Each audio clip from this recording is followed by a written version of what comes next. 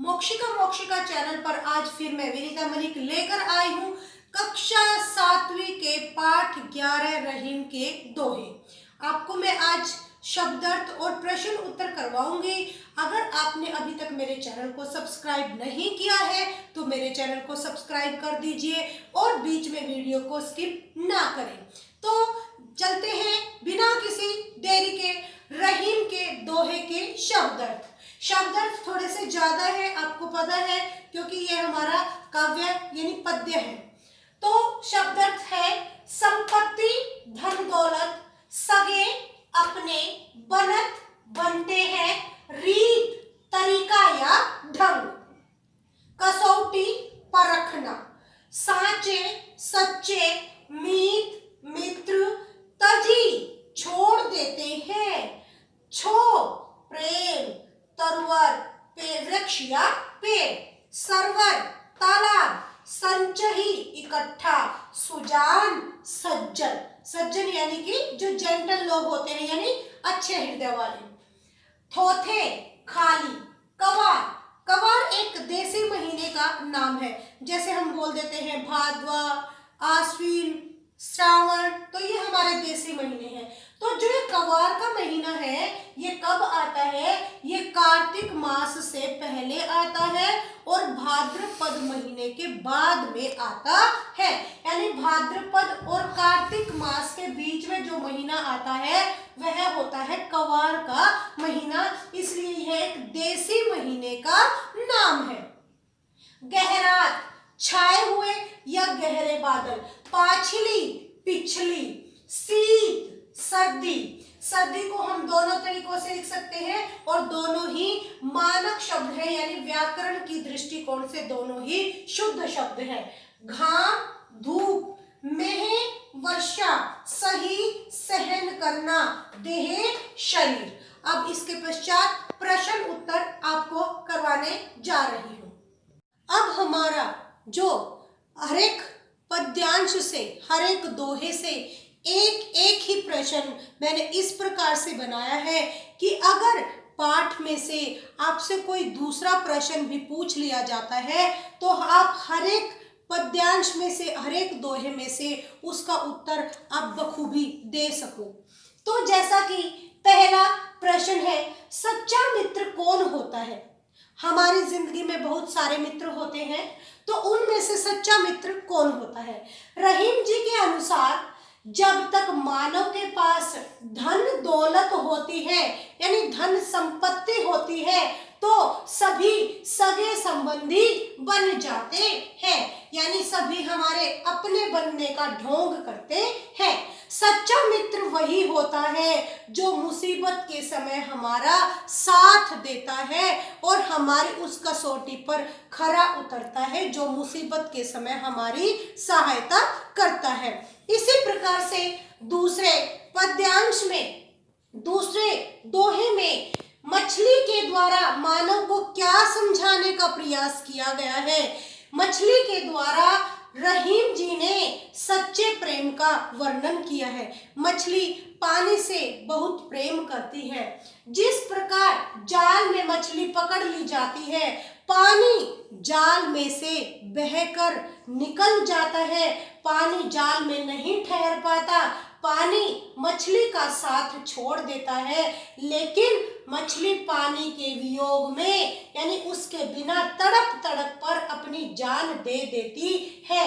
वह पानी के वियोग को यानी पानी से बिछुड़ने को सहन नहीं कर पाती। अतः इसमें मछली के द्वारा उसके प्रेम का, मछली का पानी के प्रति प्रेम का वर्णन इसमें किया गया है। प्रश्न नंबर 3, परोपकार पर अपने विचार हम किस प्रकार प्रकट कर सकते हैं? परोपकार, जैसा कि आपको पता है, परोपकार दो शब्दों से मिलकर बना है, पर प्लस उपकार। पर का अर्थ होता है दूसरों के लिए, उपकार का अर्थ होता है भलाई, यानी दूसरों की भलाई के लिए जो हम कार्य करते हैं उसे हम क्या कहते हैं? परोपकार कहते हैं। तो रहीम जी ने इसमें बखूबी बताया है, वृक्ष के माध्यम से और तालाब के माध्यम से परोपकार का महत्व हमें बताया है। रहीम जी ने तालाब और वृक्ष वृक्ष के द्वारा यह सिद्ध किया है कि पेड़ अपने फल कभी भी स्वयं नहीं खाता तथा तालाब भी अपना पानी स्वयं नहीं पीता।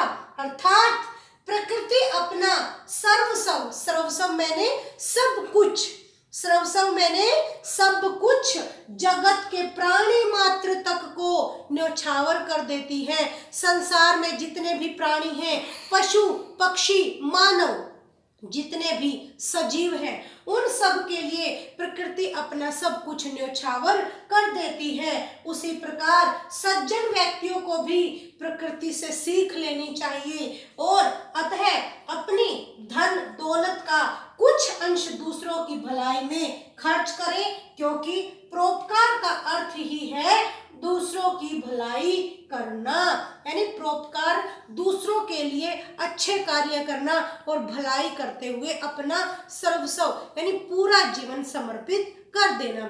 इसी प्रकार से अब अगले पद्यांश पर भी एक प्रश्न है जिसको मैं अभी आपके सामने लिख रही हूँ। प्रश्न 4 में रहीम जी ने क्वार मास के बादलों की तुलना किससे की है? क्वार मास के बादलों की तुलना रहीम जी ने, आपको पता ही है कि उन निर्धन हुए व्यक्तियों से की है जो पहले बहुत अमीर थे और अब अपनी अमीरी का दिखावा करते रहते हैं और कोई कार्य नहीं करते। क्वार एक देसी महीने का नाम है जो कार्तिक मास से पहले आता है। इस महीने में बादल केवल गरजते रहते हैं, वे बरसते नहीं हैं।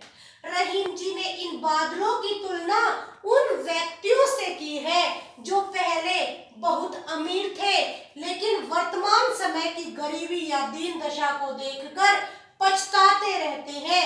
वे कर्मशील न बनके, कर्मशील का अर्थ होता है कार्य न करके, उन्हें यानी परिश्रमी न बनके पिछली बातों को याद कर करके पछताते रहते हैं लेकिन कोई कार्य नहीं करते। अतः रहीम जी ने इस दोहे में हमें यह सीख दी है कि मानव को वर्तमान में रहकर कर्मठ व मेहनती बनना चाहिए, भूतकाल को याद करके पछताना नहीं चाहिए। अगला प्रश्न है अगले ही दोहे पर आधारित, मानव को किसके समान बनने की सीख दी गई है? या फिर यह भी प्रश्न आ सकता है धरती और मानव में क्या समानता होनी चाहिए? प्रश्न चाहे किसी भी प्रकार आ जाए लेकिन आप उत्तर यही लिख सकते हैं। रहीम जी ने मानव को धरती के समान सहनशील बनने की शिक्षा दी है। सहनशील यानी क्रोध न आना। जिस प्रकार धरती सर्दी गर्मी वर्षा हर प्रकार के मौसम की मार को सहन करती है, उसी प्रकार मानव को भी जीवन में आने वाली प्रत्येक परिस्थिति को समान भाव से सहन करना चाहिए। चाहे कैसी भी परिस्थिति आ जाए, हमें उस परिस्थिति का डट कर मुकाबला करना चाहिए। अतः जीवन में आने वाली सुख दुख की सीढ़ी को हंसते हंसते पार कर लेना ही हमारा कर्तव्य है। इसी कारण धरती को माता का दर्जा भी दिया गया है। अतः प्रिय विद्यार्थियों, मैं आपको यह कहना चाहूंगी कि मैंने आपको पांचों दोहों पर 5 ही इस प्रकार के प्रश्न लिखवाए हैं। चाहे कोई भी किसी प्रकार का इसमें से प्रश्न आ जाए, आप ये उत्तर लिख करके अपने प्रश्न को 100% तक सही बना सकते हैं। कोई उन्हें गलत नहीं कर सकता। अतः आप ये ध्यान रखें कि जो भी आपको लिखवाया गया है, प्रश्न उत्तर में जो बताया गया है, समझाया गया है, उस पर ध्यान दीजिए। और अगर आपने मेरे चैनल को अभी तक सब्सक्राइब नहीं किया है तो चैनल को सब्सक्राइब करना न भूलें। मेरे चैनल का नाम है मोक्षिका चैनल। धन्यवाद।